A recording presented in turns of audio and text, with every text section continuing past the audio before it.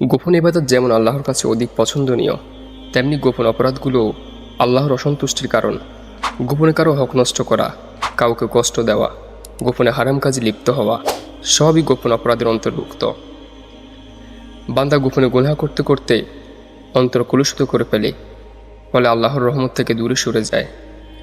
বর্তমান সময়ে গোপন গুনাহের সরঞ্জাম অনেক বেশি, আর উপকরণগুলো সহজলভ্য।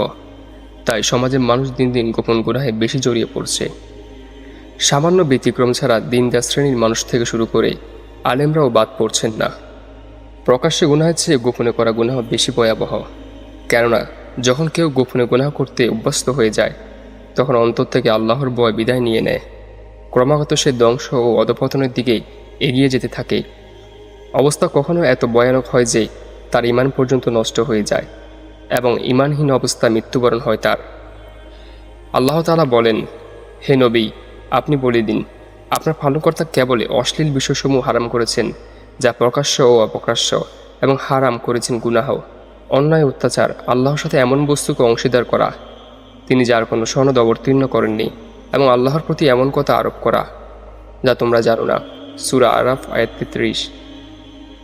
আল্লাহ তাআলা আরও বলেন, তোমরা প্রকাশ্য ও গোপন পাপ বর্জন করো। যারা পাপ করে অচিরেই তাদের পাপের সমুচিত শাস্তি দেওয়া হবে। সূরা আনাম আয়াত ১২০। রাসূল সাল্লাল্লাহু আলাইহি সাল্লাম বলেন, আমি আমার উম্মতের কতক দল সম্পর্কে অবশ্যই জানি, যারা কিয়ামতের দিন তিমাহা শুভ্র পর্বতমালা সমতুল্য নেক আমল নিয়ে উপস্থিত হবে, কিন্তু মহামহিন আল্লাহ সেগুলোকে বিক্ষিপ্ত ধূলিকণায় পরিণত করবেন। সোহবান রাদিয়াল্লাহু তাআলা আনহুম বলেন, হে আল্লাহর রাসূল, তাদের পরিচয় পরিষ্কারভাবে আমাদের নিকট বর্ণনা করুন, যাতে অজ্ঞাতসারে আমরা তাদের অন্তর্ভুক্ত না হয়ে যাই। তিনি বললেন, তারা তোমাদেরই ভাতৃগোষ্ঠী এবং তোমাদের সম্প্রদায়ভুক্ত। তারা রাতের বেলা তোমাদের মতোই ইবাদত করে, কিন্তু তারা এমন লোক যারা একান্ত গোপনে আল্লাহর হারামকৃত কর্মে লিপ্ত হয়। অন্তরের নূর চলে যাওয়ার একটি কারণ হলো দৃষ্টি অবনত না করা। বেগানা নারীর প্রতি দৃষ্টিপাত করলে শয়তান অন্তরে কুমন্ত্রণা সৃষ্টি করে, ধীরে ধীরে বড় গুনাহের দিকে যায়, এমনকি জেনা ব্যভিচারের প্রতি প্রলুব্ধ হতে থাকে। এজন্যই নবী সাল্লাল্লাহু আলাইহি সাল্লাম বলেছেন, অনিয়ন্ত্রিত দৃষ্টি হচ্ছে শয়তানের বিষাক্ত তীরগুলোর থেকে একটি তীর। এ তীর বিদ্ধ হওয়া থেকে বাঁচতে হলে নজর হেফাজত করতে হবে, অন্যথায় অগণিত ন্যাক আমল করা সত্ত্বেও আল্লাহর সান্নিধ্য থেকে বঞ্চিত হতে হবে। ইবনে কাসির রহমতুল্লাহ আলাইহি বলেন, নজর এমন একটি তীর যা মানুষের অন্তরে বিষের উদ্রেক করে।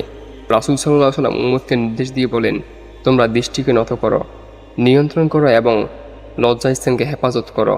আবু হুরায়রা রাদিয়াল্লাহু তাআলা আনহু হতে বর্ণিত, তিনি বলেন, নবী সাল্লাল্লাহু আলাইহি সাল্লাম বলেছেন, চোখের জিনা হলো দেখা, জিহ্বা জিনা হলো কথা বলা, কুপ্রবৃত্তি কামনা ও খায়েশ সৃষ্টি করা, এবং যৌনাঙ্গ তার সত্য অথবা মিথ্যা প্রমাণ করে। ইবনে রজব হাম্বল রহমতুল্লাহ আলাইহি বলেন, বান্দার গোপন গুনাহ ও অবাধ্যতার কারণে মন্দ মৃত্যু হয়ে থাকে, যা মানুষ জানে না।